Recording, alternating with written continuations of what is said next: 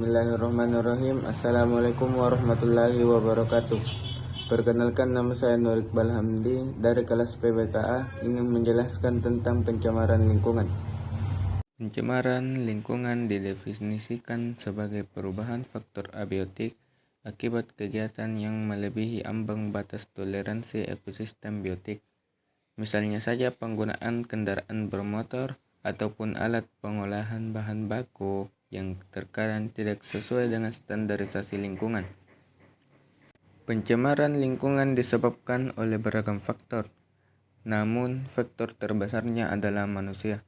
Sadar atau tidak, kita telah berkontribusi dalam proses pencemaran lingkungan, mulai dari pertambahan jumlah penduduk yang tak terkendali, banyaknya sumber-sumber zat pencemaran, sehingga alam tak mampu menetralisir.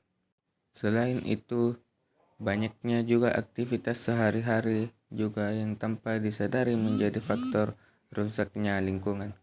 Di antara lain, penggunaan kantong plastik secara masif, pembuangan sampah dan limbah deterjen ke sungai, penggunaan AC berlebihan, pembuangan limbah elektronik yang tak sesuai aturan, pembakaran hutan, penggunaan kendaraan pribadi sehingga menimbulkan lebih banyak polusi, buangan limbah pabrik atau kotoran ke sungai, penebangan hutan yang mengakibatkan hutan tak mampu menyerap karbon dioksida lebih banyak. Dengan adanya begitu banyak penyebab, pencemaran lingkungan itu sendiri menghasilkan berbagai dampak kepada lingkungan yang ada, dan hal ini dilakukan pada dampak-dampak yang mengenai pencemaran lingkungan. Dan pencemaran lingkungan itu sendiri memiliki berbagai macam pembagian. Yang pertama, pencemaran udara. Pencemaran udara dapat berupa gas dan partikel.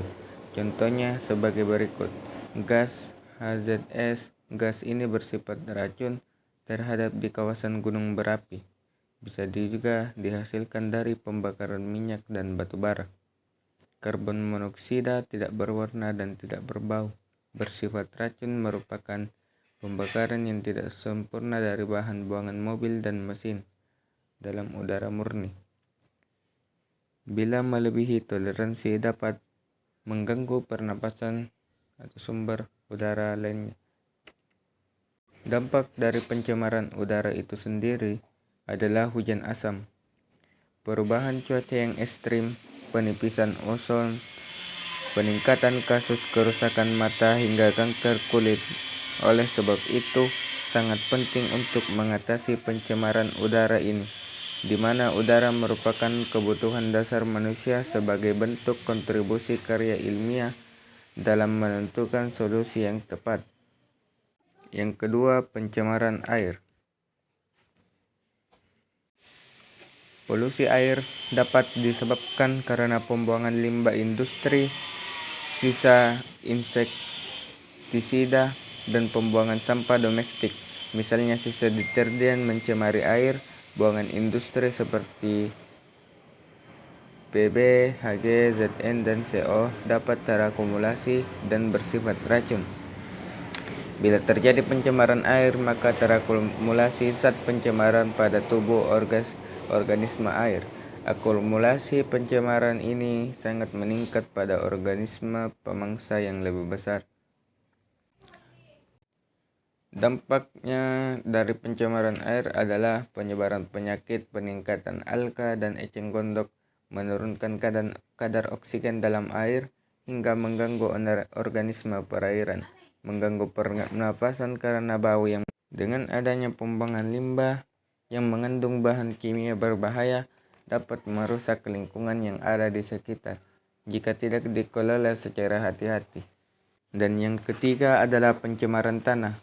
Pencemaran tanah disebabkan karena beberapa jenis, yaitu sampah plastik yang sudah hancur, botol karet sintetis, pecahan kaca dan kaleng-kaleng, serta deterjen yang bersifat non-biodegradable.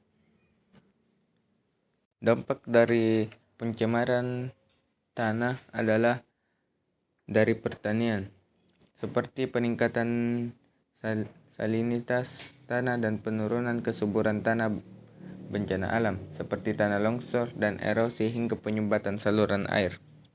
Baiklah, itulah yang sempat saya sampaikan terkait mengenai pencemaran lingkungan. Saya akhiri dengan ucapan wabillahi taufiq wassalam. Assalamualaikum warahmatullahi wabarakatuh.